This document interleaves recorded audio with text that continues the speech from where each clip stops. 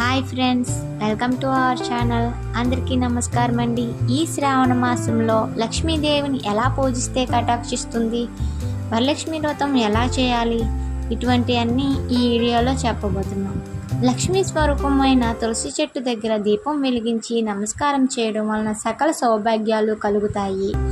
తెల్లని వస్త్రం పరిచి దానిపై ధాన్యము పోసి అమ్మవారిని ప్రతిష్ఠించి చామంతి పూలతో పూజ చేస్తే చాలా మంచిది. అలాగే గులాబీ, తామర పువ్వులు, మల్లెలు, సన్నజాజులతో కూడా పూజించవచ్చు. అమ్మవారికి ఇష్టమైన తెలుపు లేదా ఎరుపు వస్త్రాలను ధరించి అష్టోత్తరం చదివి తీపి పదార్థాలను నైవేద్యంగా సమర్పిస్తే సంపదలు చేకూరుతాయి. శుక్రవారం రోజున ఆవు నేతితో దీపం పెట్టి సకల ఐశ్వర్యకారకం అని చెబుతారు.